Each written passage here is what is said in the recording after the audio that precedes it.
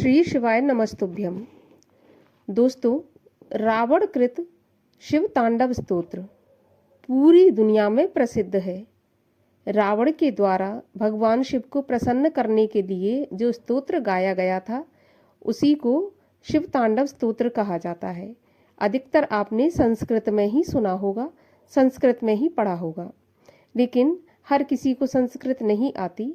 तो आज के वीडियो में हम सुनेंगे शिव तांडव स्तोत्र शुद्ध एवं सरल हिंदी में। वीडियो शुरू करने से पहले आपसे रिक्वेस्ट है कि अगर आपने मेरे चैनल को सब्सक्राइब नहीं किया है, पहली बार मेरे चैनल पर आए हैं,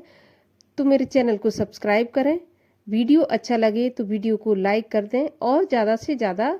शेयर करें। तो चलिए शुरू करते हैं रावण के द्वारा गाया हुआ शिव तांडव स्तोत्र सरल हिंदी में। लंकापति रावण अभीष्ट सिद्धि के निमित्त श्री शंकर जी महाराज से प्रार्थना करता है कि जो श्री महादेव जी के जटा रूपी वन से गिरते हुए जल के प्रवाह से पवित्र कंठ में बड़े बड़े सर्पों की माला को लटकाकर डम डम शब्द करने वाले डमरू को बजाते हुए तांडव करते हैं, वह श्री महादेव जी हमारा मंगल करें। तांडव नृत्य के समय जटा रूपी कूप में वेग से घूमती हुई भागीरथी की चंचल तरंग रूपी लताओं से शोभायमान और धक धक धक शब्द सहित जलने वाली हैं। अग्नि जिसमें ऐसे ललाट वाले तथा द्वितीया के चंद्रमा रूपी आभूषण को धारण करने वाले श्री महादेव जी के विषय में मेरी प्रतिक्षण प्रीति होवे। पर्वतराज हिमालय की पुत्री पार्वती के क्रीड़ा के बांधव और अति रमणीय प्रकाशमान कृपा कटाक्षों से भक्तों के घोर आपत्ति को दूर करने वाली वाणी से नग्न रूप श्री महादेव जी के लिए मेरा मन आनंद को प्राप्त होवे। जब नृत्य करने के समय जटाओं में विराजमान सर्पों के फणों व मणियों की चमकती हुई पीली कांति फैलाती हैं और दिशाएं पीली हो जाती हैं, तब ऐसा प्रतीत होता है मानो शिवजी ने दिग्वनिताओं के मुख पर केसर मल दिया। ऐसे और मद से अंध हो गजासुर उसके चर्म को ओढ़कर परम शोभा को प्राप्त होने वाले श्री महादेव जी के विषय में मेरा मन परम आनंद को प्राप्त होवे। जिन महादेव जी के चरण धरने से भूमि इंद्रादि देवताओं के मुकुटों की पुष्प मालाओं से गिरी हुई पराग से धूसर रहती है, जिनका जटाजूट सर्पराज वासुकी की लपेटों से बंधा रहता है और जिनके विशाल भाल में चंद्रमा विराजमान है, ऐसे सदाशिव हमें धर्म अर्थ काम मोक्ष रूप संपत्ति देवें। जिन्होंने अपने मस्तक रूप अंग में धक धक जलते हुए अग्नि के कण से कामदेव को भस्म कर दिया, जिनको ब्रह्मा आदि देवताओं के अधिपति भी प्रणाम करते हैं, जिनका विशाल भाल चंद्रमा की किरणों से विराजमान रहता है और जिनकी जटाओं में कल्याणकारिणी श्री गंगा जी निवास करती हैं, ऐसे कपालधारी तेजो मूर्ति सदाशिव हमें धर्म अर्थ काम और मोक्ष चारों संपत्ति देवें। जिन महादेव जी ने अपने कराल भाल रूपी मैदान में धधकती हुई अग्नि में प्रबल कामदेव की आहुति दे दी, जो हिमालय कुमारी श्री पार्वती जी के स्तनों पर चित्रकारी करने में परम प्रवीण हैं, ऐसे त्रिलोचन महादेव जी में मेरी अचल प्रीति होवे।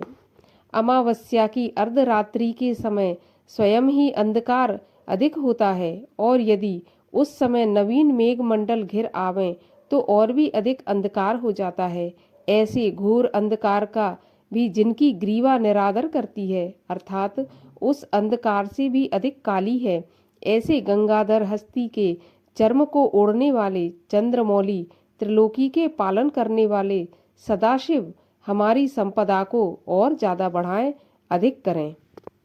जिनके सुंदर कंठ की परम रमणीय शोभा खिले हुए नील कमल की चारों ओर फैली हुई नील वर्ण की कांति का निरादर करती है, ऐसे कामदेव को भस्म करने वाले त्रिपुरारी दक्ष यज्ञ ध्वंसकारी गजासुर संहारी अंधकासुर के नाशक कालांतक शिवजी को मैं भजता हूँ।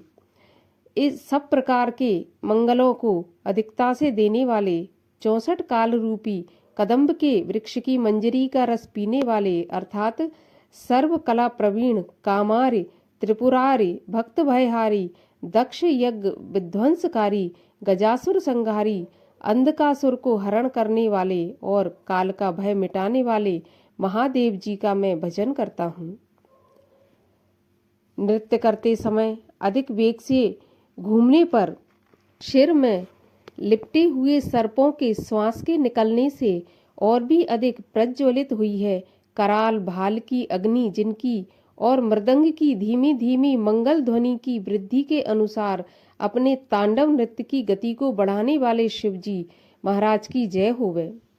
वह कौन सा शुभ समय होगा कि जिस समय मैं पत्थर और पुष्पों की शैया में, सर्प और मोतियों की माला में, बहुमूल्य रत्न और मृतिका के समान नेत्र वाली स्त्री में तथा प्रजा व चक्रवर्ती राजा में एक दृष्टि करके सदाशिव का भजन करूंगा। वह कौन सा कल्याणकारक समय होगा कि जिस समय पर मैं संपूर्ण दुर्वासनाओं का त्याग कर गंगा तट की कुंज में निवास करके सिर पर अंजुलि बांधता हुआ चंचल नेत्र वाली स्त्रियों में रत्न रूप जगत जननी श्री पार्वती जी को भी प्रारब्धवश प्राप्त हुए, अर्थात परम दुर्लभ शिव मंत्र का उच्चारण करता हुआ परम आनंद को प्राप्त होऊंगा। इंद्र की नगरी अप्सराओं के सिर से गिरी हुई निवारी के पुष्पों की मालाओं के पराग की उष्णता से उत्पन्न हुए पसीने से शोभायमान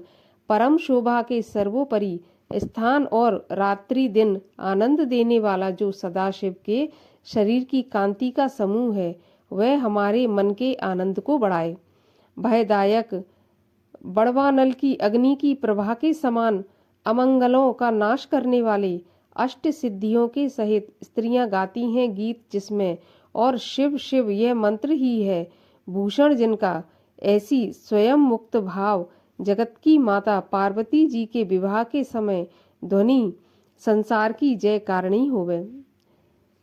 सायंकाल में पूजा समाप्त होने पर रावण के गाए हुए इस शिव संबंधी स्तोत्र का जो पाठ करता है, उस मनुष्य को शंकर जी रथ, हाथी, घोड़ों से युक्त सदा स्थिर रहने वाली संपत्ति देते हैं।